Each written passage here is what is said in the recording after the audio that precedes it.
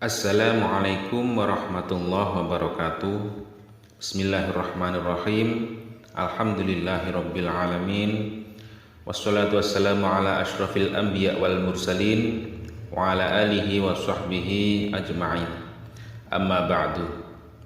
Para pemirsa yang dirahmati Allah Subhanahu wa taala, dimanapun Anda berada, alhamdulillah kita bisa berjumpa lagi di channel Faidah Doa ini.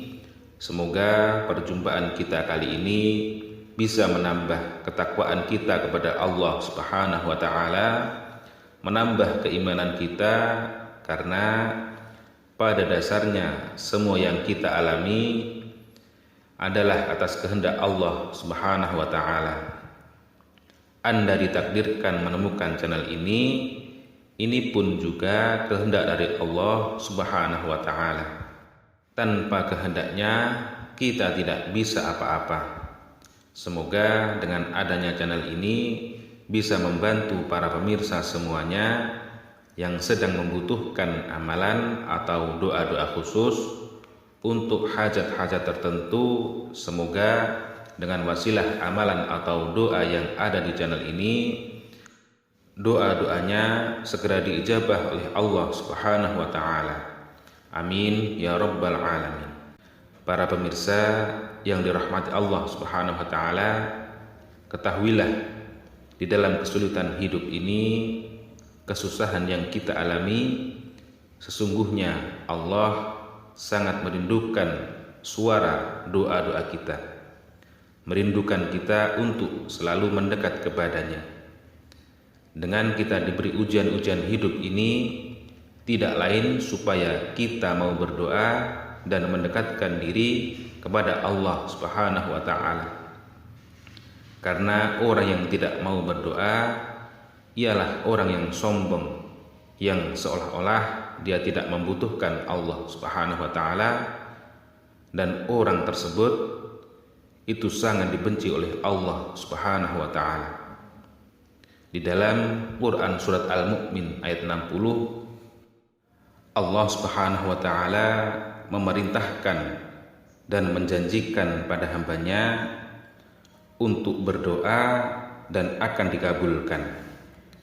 Wa qala rabbukum ud'uni astajib lakum innal ladzina yastakbiruna an ibadati sayadkhuluna jahannama dakhirin.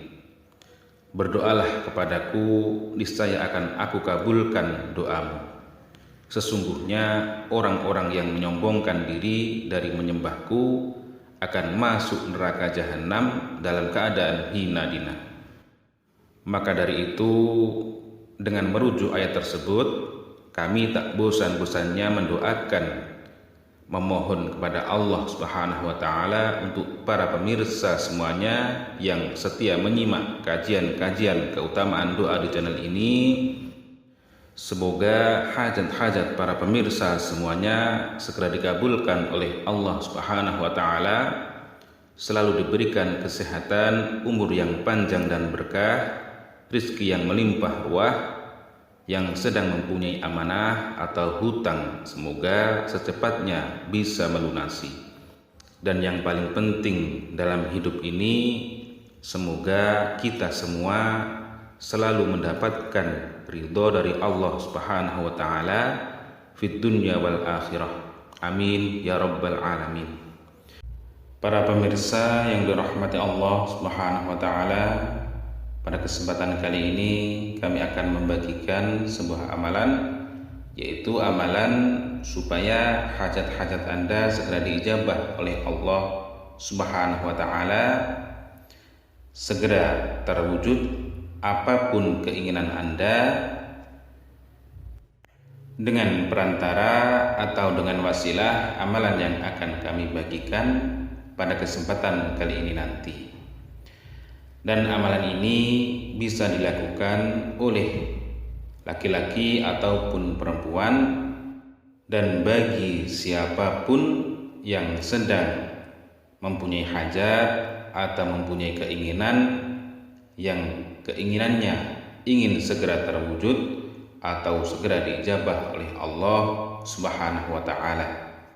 Apabila para pemirsa mempunyai hajat seperti ingin menjual tanahnya atau rumahnya, ingin segera laku atau ingin segera melunasi hutang-hutangnya, atau ingin ekonomi atau rezekinya dilancarkan oleh Allah Subhanahu wa taala, Anda bisa mengamalkan amalan ini setelah atau sesudah sholat fardu.